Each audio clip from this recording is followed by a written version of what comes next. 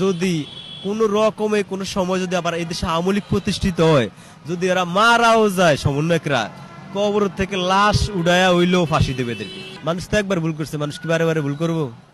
মানুষ সমন্বয়ক ডাকে আবার আইবো, এই ডাকায় মানুষ কি এত পাগল?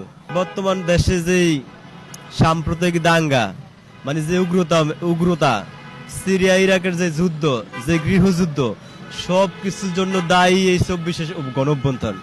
যদি আগে আমরা জানতাম যে 24 সালের পরে এরকম কিছু হইব, তাহলে আমরা জীবন অগডাকে সারা দিতাম না, ঠিক আছে?